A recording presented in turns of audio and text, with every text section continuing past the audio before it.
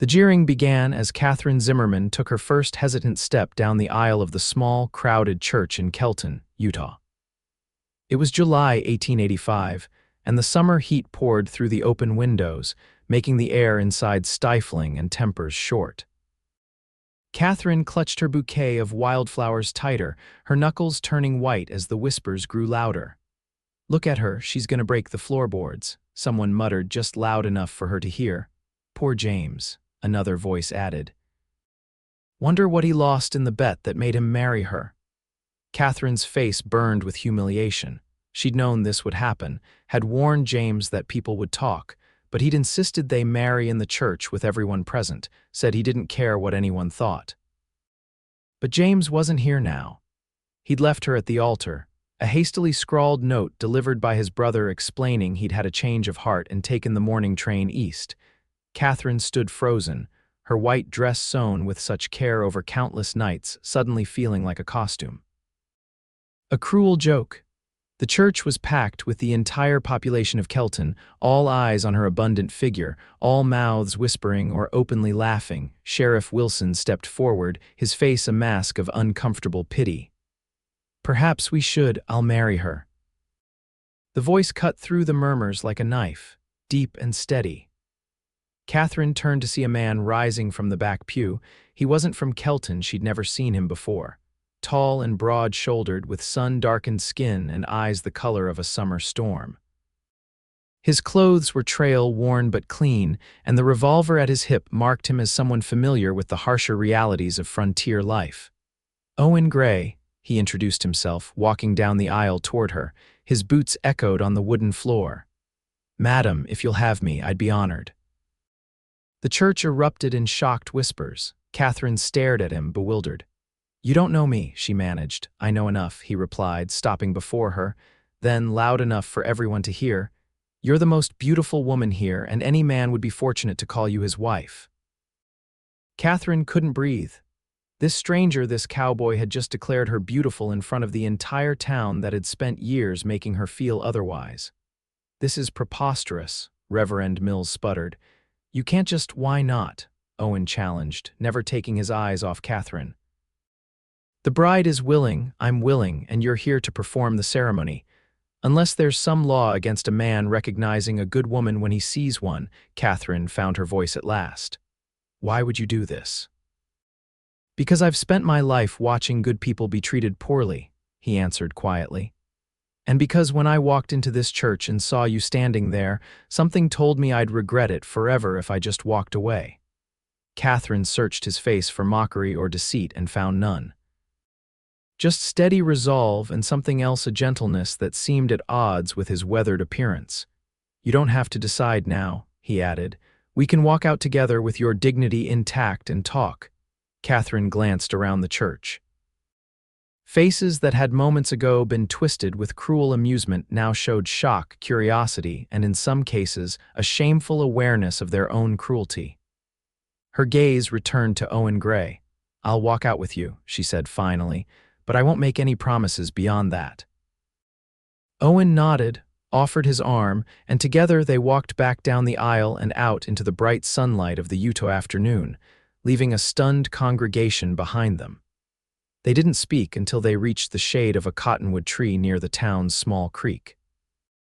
"I owe you my gratitude, Mr. Gray," Catherine said, finally releasing his arm, "but I don't understand why you did that." Owen leaned against the tree trunk, studying her. "I meant what I said in there, and I couldn't stand by watching those vultures pick at you." "You don't have to pretend," she replied, looking away. "I know what I am, what I look like, and what's that?" he asked quietly. "I'm fat," she said bluntly. "I always have been. My mother was too. No amount of work or careful eating changes it." "You're substantial," Owen corrected. "Like good farmland or a well-built house. There's nothing wrong with that," Catherine laughed despite herself. "No one's ever compared me to farmland before." "It's a compliment where I come from," he said with a slight smile. "My father always said to marry a woman who could weather the hard times. Skinny women blow away in the first strong wind." "Where are you from, Mr. Gray?" "Colorado, originally. Been working cattle drives since I was 16. Heading north now for a ranch job in Montana Territory." "So you were just passing through Kelton?" Stopping to resupply, he confirmed. "Heard there was a wedding and thought I might find some good food." His expression sobered. "I didn't expect to find what I did." Catherine sighed, sitting down on a flat rock beside the creek. "James and I were engaged for nearly a year. He worked for the railroad. I thought." She shook her head. "It doesn't matter what I thought. It matters," Owen said, sitting beside her. "Your thoughts always matter." They talked for hours by that creek.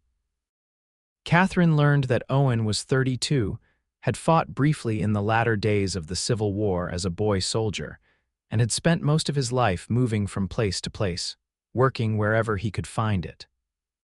He'd saved enough money to put a down payment on land in Montana, where he planned to start his own small ranch. In turn, Catherine told him about growing up in Kelton, about her father's mercantile store which she now ran since his death 3 years prior, and about how she'd always dreamed of having a family of her own despite the cruel words and stares that had followed her since childhood. As the sun began to set, Owen walked her home to the small apartment above her store.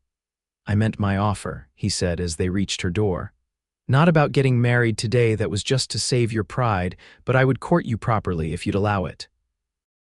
Catherine studied his face in the fading light. "You're leaving for Montana." "I am," he acknowledged, "but I don't have to leave tomorrow or even next week." "And then what? You expect me to abandon my father's store and follow you north?" "No," he said thoughtfully. "But maybe I could find land closer to here, or maybe you'd want a fresh start somewhere new." He took off his hat, turning it in his hands. "All I know is I'd like the chance to know you better, Catherine Zimmerman." Catherine had spent a lifetime being cautious, protecting herself from disappointment, but something about Owen Gray's steady gaze made her want to take a risk. "I open the store at 7, she said. "But I could use help with inventory before that if you're truly interested in getting to know me better." Owen's slow smile lit something warm inside her chest. "I'll be here at 6. True to his word, Owen arrived at the mercantile just as the first light of dawn was breaking over the distant mountains. Catherine found him waiting on the porch, hat in hand, looking freshly shaved and wearing a clean shirt. "Good morning," he greeted her. Ready to count sacks of flour and cans of peaches. Over the next 2 weeks, Owen became a fixture at Zimmerman's mercantile. He helped Catherine with the heavy lifting, reorganized the storeroom to make better use of the space, and even took it upon himself to repair the leaking roof that had been troubling her for months. The townspeople watched with curious eyes, some like elderly Mrs. Foster, who brought them fresh bread just because, seemed genuinely pleased to see Catherine with a companion. Others, particularly those who had laughed loudest in the church, could barely meet Catherine's eyes when they came to shop. In the evenings, after the store closed, Owen and Catherine would sit on her small porch and talk. He told her about the stars and how to use them for navigation, about the cattle drives through Texas and Kansas, about the changing landscape of the West as the railroads pushed ever further into the wilderness. "The old ways are dying," he said one night, looking up at the vast canopy of stars above them. "The open range, the freedom to just ride wherever the wind takes you, it's all being fenced in and parceled out." "Is that why you want your own ranch?" Catherine asked. "To hold onto something that's slipping away," Owen considered this, then shook his head. "No, I think I just want a home, somewhere that's mine, somewhere I can build something lasting." On the Sunday following the wedding disaster, Catherine hesitated about attending church. The thought of facing everyone again made her stomach clench with anxiety. "We don't have to go," Owen said when he arrived to escort her. "Faith is between you and God, not you and Reverend Mills." "No," Catherine decided, squaring her shoulders. "I won't hide. This is my town too." They entered the church together, Owen's hand steady at the small of her back. The congregation fell silent as they took seats near the back. Catherine kept her eyes forward, her back straight, though she could feel the stares boring into her. After the service, as they made their way outside, Reverend Mills approached them. "Miss Zimmerman," he said, his expression uncomfortable. "I owe you an apology. What happened last week, I should have spoken up, should have put a stop to it." Yes, Catherine agreed, you should have. The Reverend nodded, accepting the rebuke. Mr. Gray, might I have a word? Owen glanced at Catherine, who nodded slightly. I'll wait by the wagon, she told him, and made her way across the churchyard, acknowledging the greetings of those brave enough to meet her eyes. What did the Reverend want? She asked when Owen joined her a few minutes later. To warn me about getting involved with you, Owen replied, his jaw tight. Said I should know what I was getting into courting a woman of your proportions. Catherine felt as though she'd been slapped. I see. I told him that a man of God should know better than to judge someone by their appearance, Owen continued, helping her into the wagon. And that if he had any further concerns about my personal affairs, he could direct them to my fist. Despite her hurt, Catherine couldn't help but laugh. You didn't? Well, I phrased it more politely, Owen admitted with a grin, but the message was clear enough. That afternoon, they drove the wagon into the hills surrounding Kelton. Owen had packed a picnic lunch and they spread a blanket beneath a pine tree with a view of the valley below. It's beautiful here, Owen observed, looking out at the landscape. Different from Colorado, harsher in some ways but still beautiful. Catherine watched him, this man who had entered her life so unexpectedly. Why are you really here, Owen? Why stay in Kelton when Montana is waiting? Owen turned to face her. Because something better than Montana is right here. He reached out slowly, giving her time to pull away, and took her hand in his. I've never felt settled anywhere, Catherine, never felt like I belonged. But these past 2 weeks, working in your store, sitting on your porch, getting to know you, I've felt more at home than I have in my entire life. Catherine's heart pounded. You can't mean that. Why not?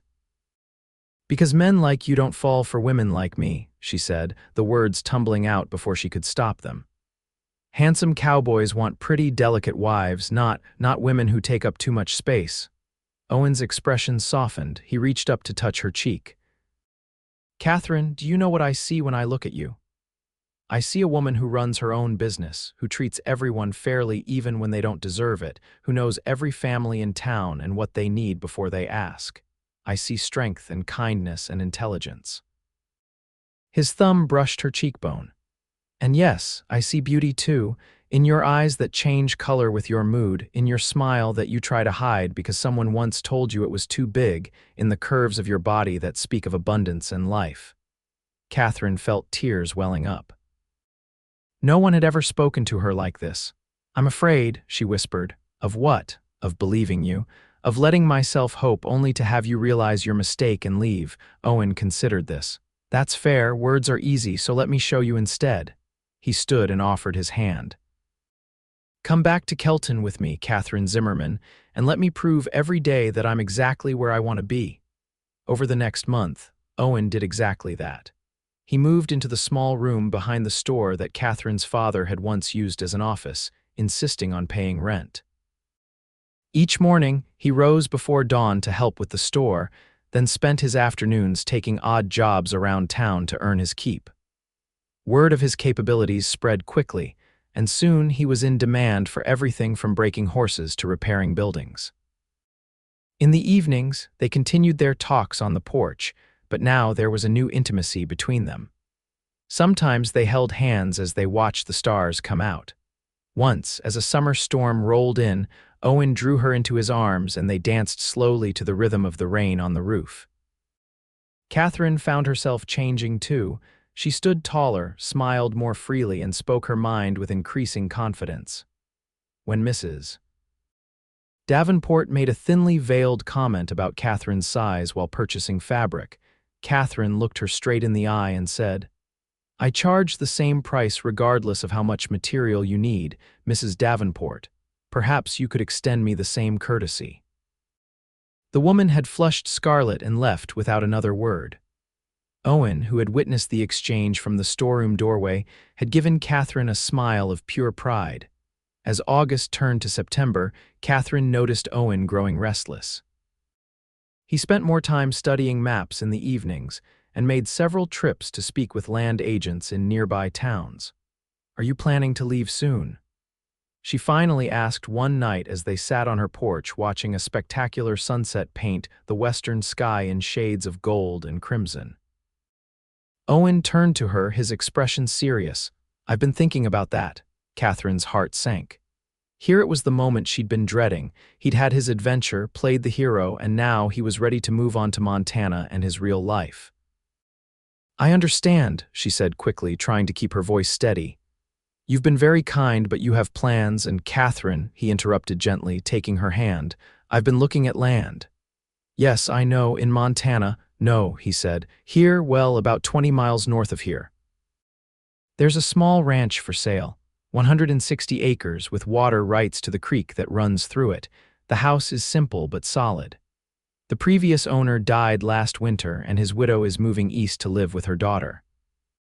Catherine stared at him, trying to process what he was saying.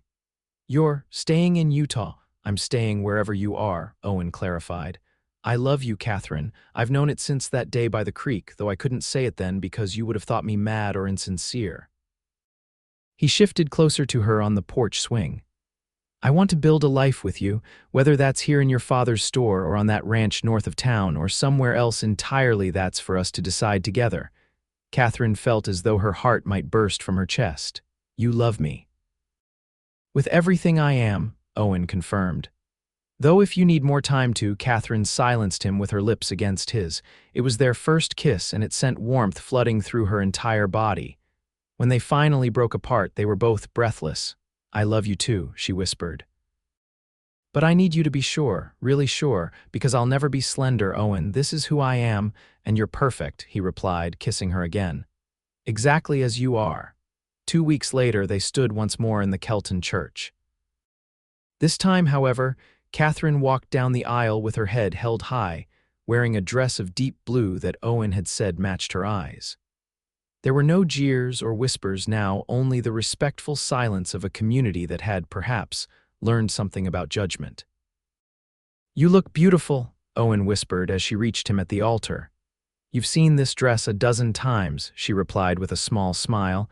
"I've been wearing it while I altered it." "It's not the dress," he said. "It's you, always you."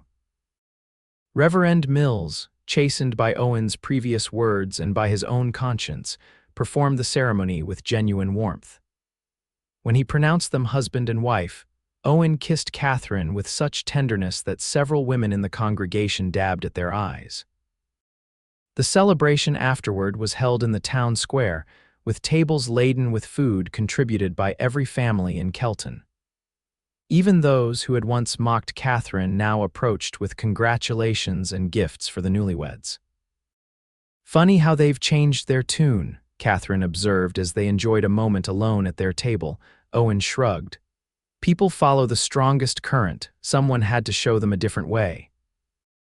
As the sun began to set, casting long shadows across the festivities, James Fletcher, Catherine's former fiancé, appeared at the edge of the gathering. He looked travel-worn and uncertain, his eyes finding Catherine across the crowded square. Owen noticed him first. "Your former betrothed has returned," he said quietly. Catherine followed his gaze. "So he has." "Do you want to speak with him?" Catherine considered this, then shook her head. "No, whatever he has to say, I don't need to hear it. My future is sitting right beside me." Owen squeezed her hand. "Are you sure?" "Completely," she assured him. "Some bridges are meant to stay burned." As if sensing their decision, James nodded once in acknowledgement, then turned and walked away from the celebration and out of Catherine's life for good. That night, in the small apartment above the store that was now their temporary home, until the ranch transaction was complete, Owen and Catherine began their life together as husband and wife. Catherine, who had spent years being told that her body was something to be ashamed of, discovered the joy of being truly cherished by someone who saw her beauty without reservation. "I never thought I could feel like this," she confessed, as they lay tangled together in the pre-dawn light.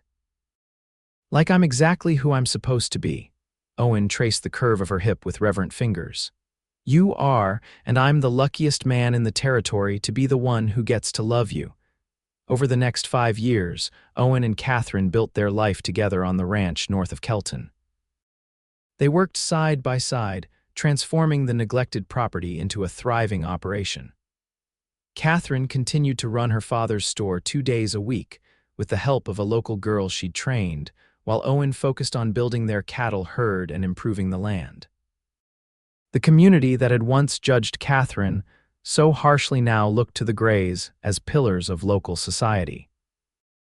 Catherine used her position to ensure that other women who didn't fit the narrow definition of beauty were treated with respect, and Owen became known for his fair dealings and steady judgment.